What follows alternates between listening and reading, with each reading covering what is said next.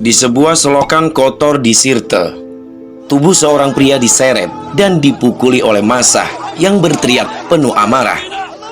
Kamera ponsel merekam wajahnya yang berlumuran darah, matanya nanar, suaranya tercekik. Hanya beberapa detik kemudian, peluru menutup hidupnya. Dunia pun geger. Inilah akhir dari Muammar Gaddafi, sosok yang selama 4 dekade dikenal sebagai penguasa paling eksentrik, paling menakutkan, sekaligus paling misterius di Timur Tengah. Ironi pun lahir. Pria yang pernah menantang Barat dengan minyak dan senjata, justru mati di selokan kota kecil yang nyaris tak tercatat di peta.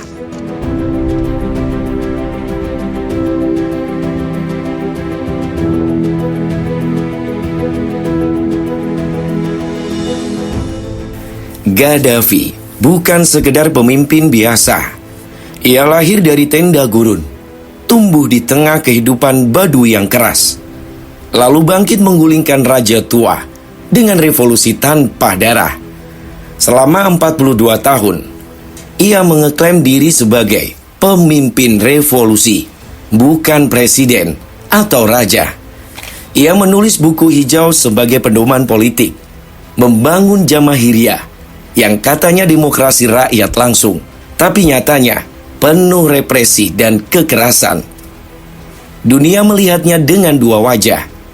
Sebagian memuji sebagai pahlawan anti-imperialis, sebagian lain mencibirnya sebagai anjing gila Timur Tengah. Namun akhir hidupnya meninggalkan pertanyaan besar. Bagaimana seorang penguasa yang begitu lama bertahan bisa runtuh begitu cepat dan dipermalukan sedemikian rupa?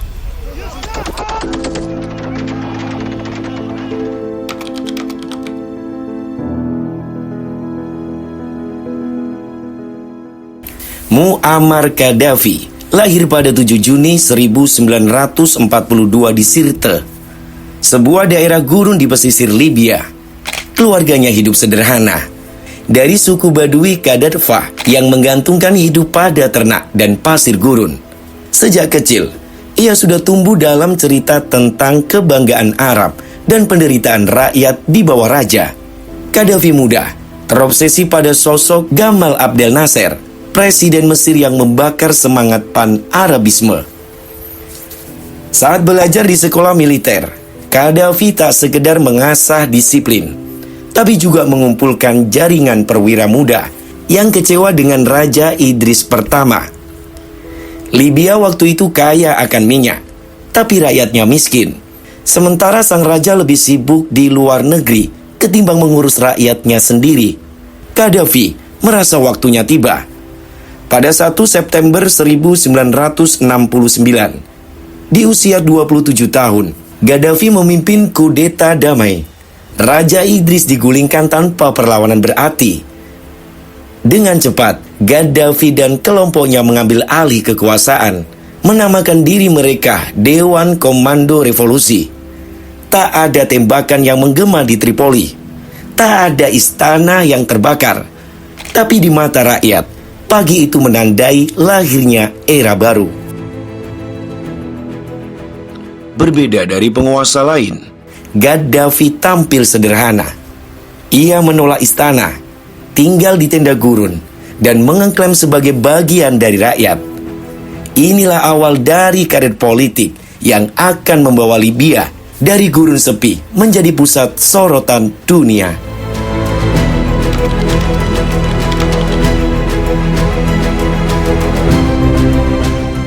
Awalnya, rakyat Libya benar-benar menaruh harapan besar pada Gaddafi. Ia tampil berbeda dari raja sebelumnya. Tidak hidup di istana, tidak berjarak dengan rakyat, dan berbicara lantang tentang keadilan sosial. Keputusan pertamanya yang paling mengejutkan adalah menasionalisasi ladang minyak Libya. Perusahaan-perusahaan asing dipaksa tunduk, dan hasil minyak yang selama ini mengalir ke kantong Barat dialihkan ke kas negara. Keputusan itu membuat pendapatan negara melonjak. Libya tiba-tiba menjadi salah satu negara dengan standar hidup terbaik di Afrika. Pendidikan gratis, layanan kesehatan ditanggung negara, rumah-rumah subsidi dibangun untuk rakyat kecil. Dunia Arab menyambut Gaddafi sebagai pahlawan muda, penerus cita-cita pan-Arabisme setelah Nasser. Namun, di balik keberhasilan itu, kekuasaan Gaddafi semakin terkonsentrasi pada dirinya sendiri. Ia tidak mau disebut presiden, tapi pemimpin revolusi. Semua keputusan penting harus lewat dirinya, dan kritik dianggap pengkhianatan. Pada pertengahan 1970-an, ia menerbitkan Kitab Hijau, sebuah buku tipis yang katanya berisi filosofi politik dan sosial unik, gabungan antara sosialisme, Islam, dan adat Badui. Buku itu dipaksakan masuk ke sekolah-sekolah, universitas, bahkan wajib dipajang di kantor pemerintahan. Lawan-lawan politik yang berani menentang nasibnya tragis. Ada yang dieksekusi di depan umum, ada pula yang diculik di luar negeri lalu hilang begitu saja. Dari Tripoli hingga Benghazi, rasa takut perlahan menggantikan rasa kagum. Libya memang kaya, tapi rakyat tahu bahwa di balik semua program sosial itu, mereka hidup di bawah pengawasan rezim besi. Gaddafi mulai membangun citra dirinya sebagai sosok lebih besar dari sekedar kepala negara. Ia menampilkan diri di panggung dunia sebagai pemimpin revolusi global, menantang Barat dengan minyak sebagai senjata. Dari anak gurun yang sederhana, kini ia menjelma penguasa mutlak dengan aura yang mulai menakutkan, baik bagi rakyatnya maupun bagi dunia luar.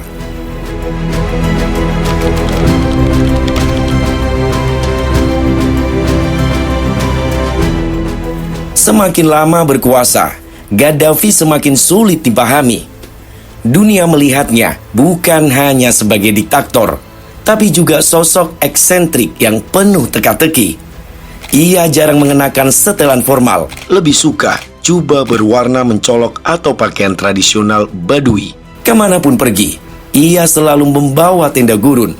Bahkan ketika berkunjung ke New York untuk sidang PBB, ia mendirikan tenda besar di halaman rumah Donald Trump yang ia sewa. Ia juga dikelilingi oleh pasukan pengawal, perempuan yang bersenjata lengkap, yang disebut Amazonian Guard. Gaddafi beralasan, perempuan lebih bisa dipercaya karena tidak mudah mengkhianati. Bagi sebagian orang, ini terlihat konyol. Bagi yang lain, ini justru menegaskan betapa ia ingin tampil beda dari pemimpin lain. Namun di balik eksentrisitas itu, dunia semakin takut padanya. Tahun 1986, setelah sebuah diskotik di Berlin dibom dan menewaskan tentara Amerika, Washington menuduh Gaddafi sebagai dalang. Ronald Reagan menyebutnya anjing gila Timur Tengah, lalu memerintahkan serangan udara ke Tripoli. Serangan itu menewaskan putri angkat Gaddafi. Bukannya mundur, ia justru semakin lantang menantang Barat. Puncaknya terjadi pada 1988 ketika pesawat Pan Am 103 meledak di atas Lockerbie, Skotlandia, menewaskan 270 orang. Intelijen Barat menuding agen Libya sebagai pelaku. Sejak itu, Gaddafi resmi jadi musuh internasional. Sanksi PBB dijatuhkan, hubungan diplomatik diputus, dan Libya dikucilkan dari dunia. Tapi Gaddafi tak tinggal diam.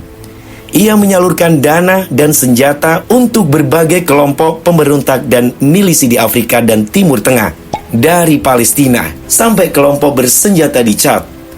Tangannya ikut bermain. Baginya, itu adalah cara melawan imperialisme. Tapi dunia internasional menganggapnya sponsor terorisme. Eksentrik, berbahaya, dan tak bisa diprediksi. Itulah citra yang melekat pada Gaddafi di akhir 1980-an. Sosok yang dulu dielu-elukan sebagai pahlawan revolusi, kini dipandang sebagai ancaman global yang harus diwaspadai.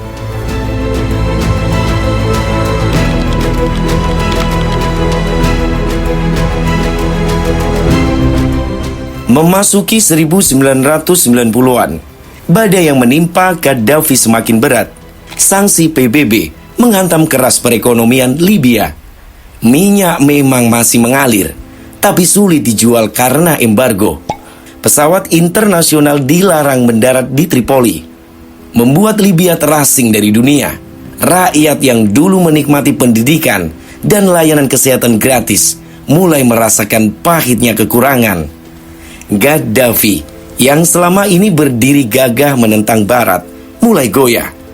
Tahun 1999, ia menyerahkan 2 tersangka, Lockerbie, untuk diadili di Den Haag.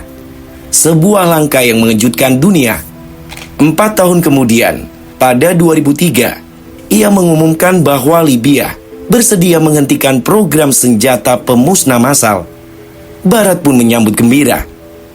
Tiba-tiba, pintu-pintu diplomasi yang tertutup rapat kini terbuka. Tony Blair, Perdana Menteri Inggris, datang ke Tripoli dan berjabat tangan hangat dengannya. Nicolas Sarkozy dari Prancis juga menyambutnya. Bahkan disebut-sebut menerima bantuan dana kampanye darinya.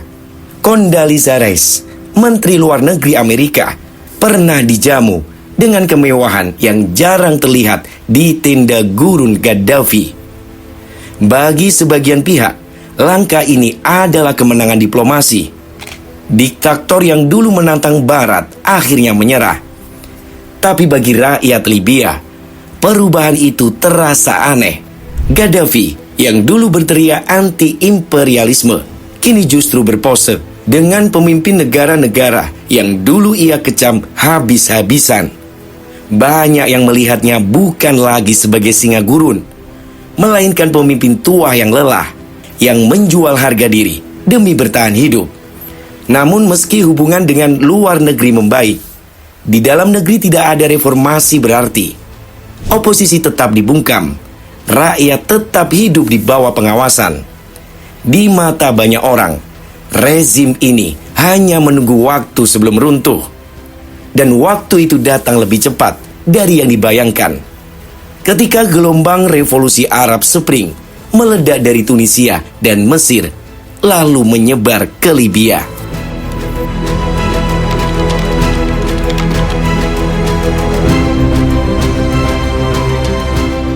Awal 2011, dunia Arab bergejolak. Dari Tunisia hingga Mesir, rakyat turun ke jalan menuntut jatuhnya rezim lama. Libya yang selama 4 dekade dikendalikan oleh Gaddafi akhirnya ikut terbakar. Demonstrasi pertama pecah di Benghazi, kota di timur yang lama merasa dianaktirikan Tripoli. Awalnya, massa hanya menuntut reformasi, tapi aparat Gaddafi merespon dengan peluru. Ratusan orang tewas dalam beberapa hari. Darah yang tumpah justru menjadi bensin bagi api perlawanan. Slogan rakyat ingin menjatuhkan rezim menggema di jalan-jalan Libya. Gaddafi tak tinggal diam. Ia tampil di televisi, berpidato penuh amarah. Dengan nada menantang, ia bersumpah tidak akan lari seperti Ben Ali di Tunisia atau Hosni Mubarak di Mesir. Kata-katanya yang paling diingat adalah, "Saya akan mati sebagai martir di tanah Libya." Ia bahkan menyebut para demonstran sebagai tikus yang harus diburu rumah ke rumah. Tapi kekerasan justru memicu perang yang lebih besar. Kota-kota di timur, termasuk Benghazi, jatuh ke tangan pemberontak. Bendera lama kerajaan Libya berkibar kembali.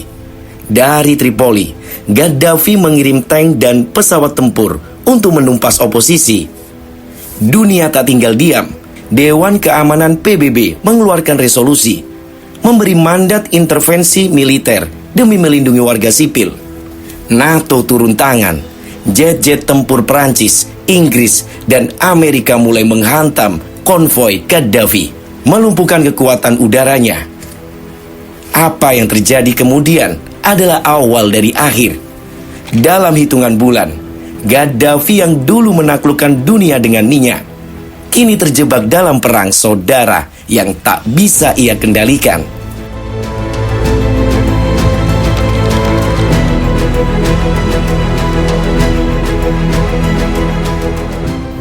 Musim gugur 2011, Gaddafi sudah bukan lagi singa gurun yang ditakuti. Tripoli jatuh, anak-anaknya melarikan diri atau ditangkap. Sisa-sisa kekuatannya mundur ke kota kelahirannya, Sirte. Di sanalah ia memilih bertahan, seolah menutup lingkar hidupnya dari awal hingga akhir di tempat yang sama. Pada 20 Oktober 2011, konvoi Gaddafi yang berusaha keluar dari Sirte dihantam bom NATO. Mobil-mobil terbakar, tubuh berkelimpangan. Gaddafi lolos dari ledakan itu, tapi terpaksa bersembunyi di sebuah gorong-gorong kotor di pinggir jalan. Disitulah ia ditemukan oleh kelompok pemberontak. Rekaman kamera ponsel merekam segalanya. Gaddafi ditarik keluar, tubuhnya penuh luka, wajahnya berlumuran darah. Ia berteriak, "Jangan bunuh saya, anak-anak saya." Tapi massa yang murka tak mendengar. Ia dibukuli, diseret, ditelanjangi sebagian, lalu ditembak dari jarak yang dekat. Dalam hitungan menit, pemimpin Libya selama 42 tahun itu meregang nyawa tanpa pengadilan dan tanpa kehormatan. Kabar kematiannya tersebar secepat kilat. Dunia terbelah. Ada yang bersorak gembira melihat akhir dari diktator yang menindas rakyatnya. Ada pula yang terperanjat menyaksikan betapa brutalnya seorang kepala negara diperlakukan seolah hukum tak pernah ada. Kematian Muammar Gaddafi bukan hanya akhir dari seorang penguasa, tapi juga awal dari bab baru yang penuh kekacauan. Rakyat Libya memang merayakan tumbangnya tiran, tapi euforia itu cepat memudar. Tanpa Gaddafi, negeri itu terjerumus ke dalam perang saudara berkepanjangan, terpecah menjadi faksi-faksi milisi yang saling berebut kekuasaan. Hingga hari ini, Libya masih berdarah, seakan kutukan terus membayanginya. Di mata dunia, Gaddafi adalah paradoks, pahlawan revolusi yang mengangkat harga diri rakyatnya, sekaligus diktator yang menjerat mereka dalam ketakutan. Ia melawan Barat dengan minyak, tapi akhirnya bertekuk lutut pada Barat demi bertahan hidup. Ia bermimpi jadi simbol Afrika yang bersatu, tapi berakhir sebagai sosok yang dihabisi bangsanya sendiri. Ada ironi yang pahit. Gaddafi ingin dikenang sebagai martir, tapi yang tertinggal justru potongan video amatir yang memperlihatkan tubuhnya dipukuli di selokan. Dari tenda gurun yang sederhana, ia naik ke singgasana kekuasaan dunia, lalu jatuh sekeras-kerasnya ke lumpur. Sejarah pun menuliskan namanya sebagai salah satu pemimpin paling kontroversial sekaligus paling tragis di abad ke-20.